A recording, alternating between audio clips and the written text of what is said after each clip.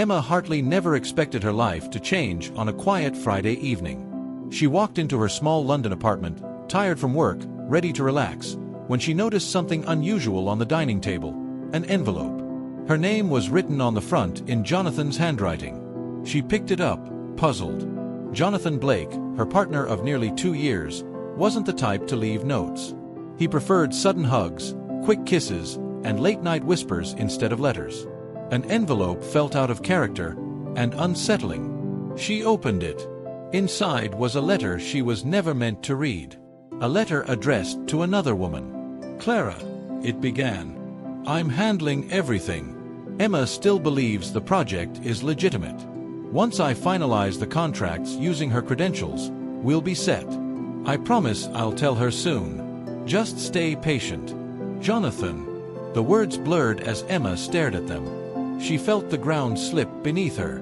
Betrayal often feels like a punch, but this one felt like falling into cold water. She had trusted him.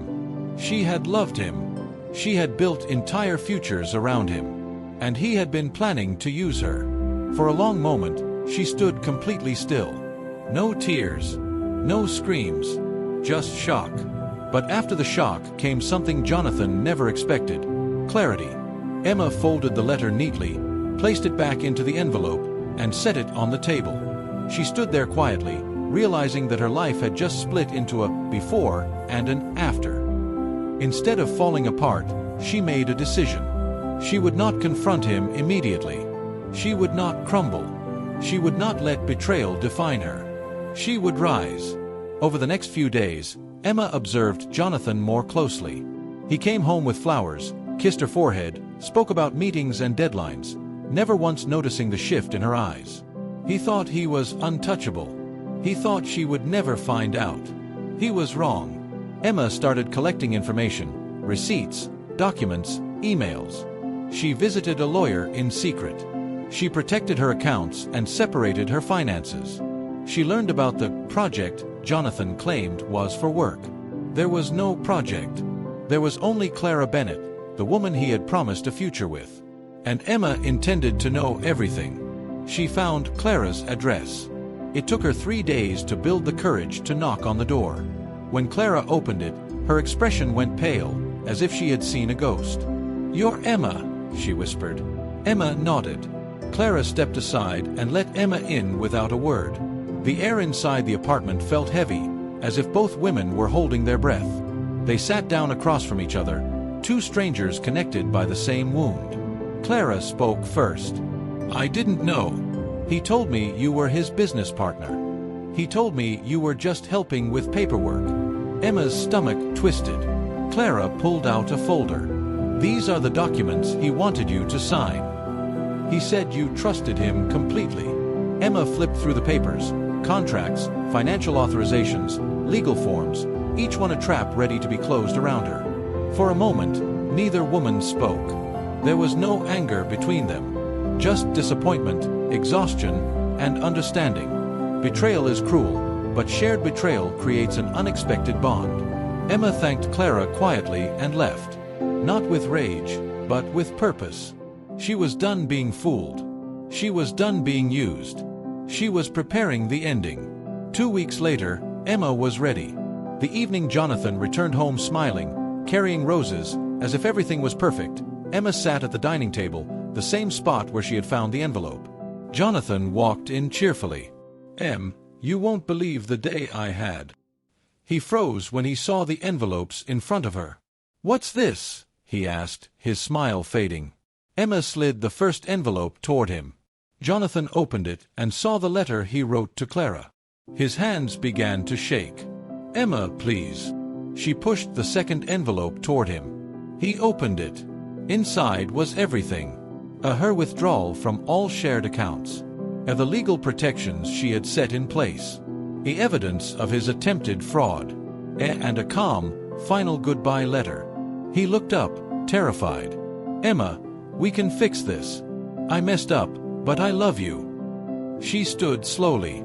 Love isn't supposed to feel like fear, Jonathan. Or confusion. Or secrets. I trusted you, and you saw that as an opportunity to take advantage of me. He reached for her hand. She stepped back. "You didn't lose me," she said. "You never really had me. You had the version of me you built out of lies." And with the quiet confidence of someone who has finally chosen themselves, Emma walked out. She didn't yell. She didn't slam the door. She just left. Jonathan sat alone at the table, the two envelopes in front of him, the beginning of his lies and the end of his illusions. The next months were transformational for Emma. She wasn't broken. She was rebuilding. She rediscovered her passions: painting, writing, traveling to small towns she had always wanted to visit. She redecorated her apartment with plants and warm colors. She cooked meals she enjoyed, listened to music she loved, and reclaimed all the pieces of herself that had gone quiet during her relationship. Healing didn't happen overnight, but it did happen. And one late afternoon, while sitting in a cozy London cafe, sketching ideas in her notebook, a soft voice interrupted. "Excuse me, is this seat taken?" Emma looked up. A man with kind hazel eyes and a gentle smile stood there, holding a cup of tea. His name was Oliver Hayes, a literature professor, who carried calmness the way others carried perfume. Emma hesitated for a moment. Old habits, old fears, but then she smiled. "No, it's not taken." Oliver sat, and they began talking about books, about travel, about life. There were no sparks or fireworks, just peace. A steady, warm peace she had never felt before. And in that quiet moment, Emma realized something profound.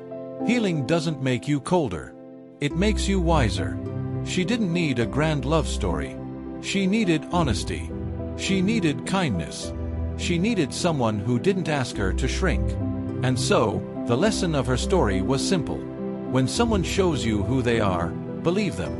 Don't rewrite the truth to protect your feelings. Don't hold on to someone who uses your love as leverage. And never apologize for choosing yourself. Sometimes the letter you were never meant to read is the one that finally sets you free. Emma Hartley didn't realize how heavy silence could feel until she finally had control over it. After walking away from Jonathan, she found herself learning how to breathe again. Slowly, deeply, like someone resurfacing after too much time underwater. Her days were not loud or dramatic. They were quiet in a way that felt cleansing. She woke early every morning, brewed her green tea, and sat by her window watching London stretch awake under the pale sun. The sounds of buses, footsteps, and rolling luggage used to overwhelm her. Now they grounded her.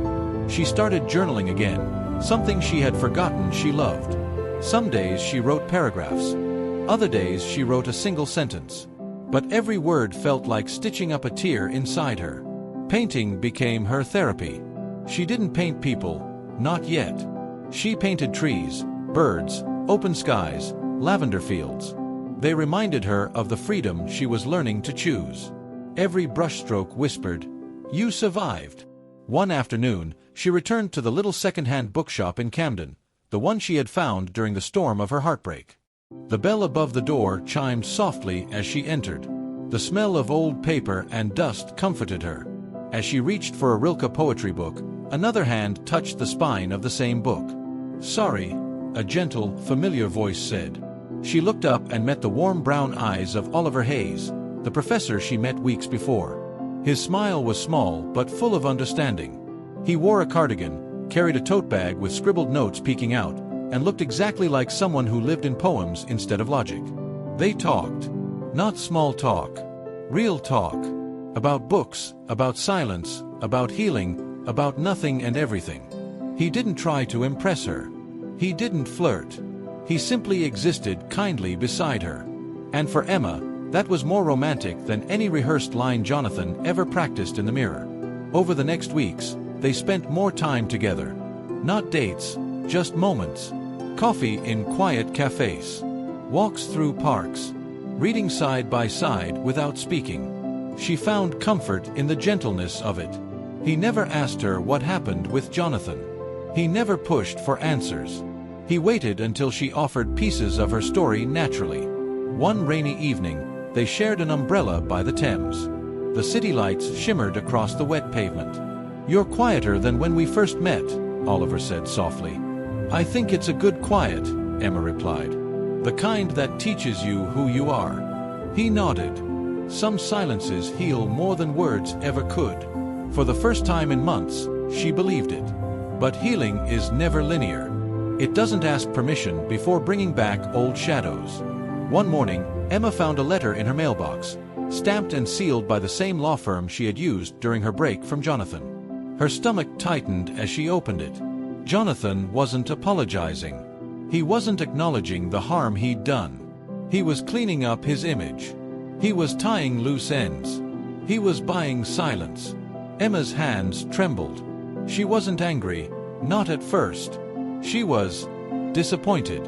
Deeply, bitterly disappointed that even now, he viewed her pain as a transaction. Later that day, she met Oliver at their usual cafe.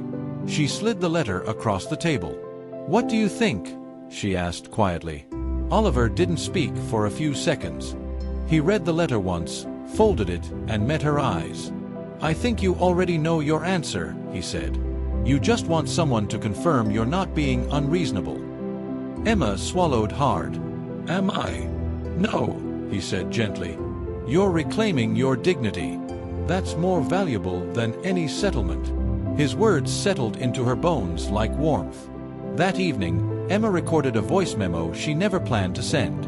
But she needed to hear herself say it. "Jonathan, you once wrote a letter about how you planned to use me. Now you're offering money to clean up what you broke. I'm not for sale.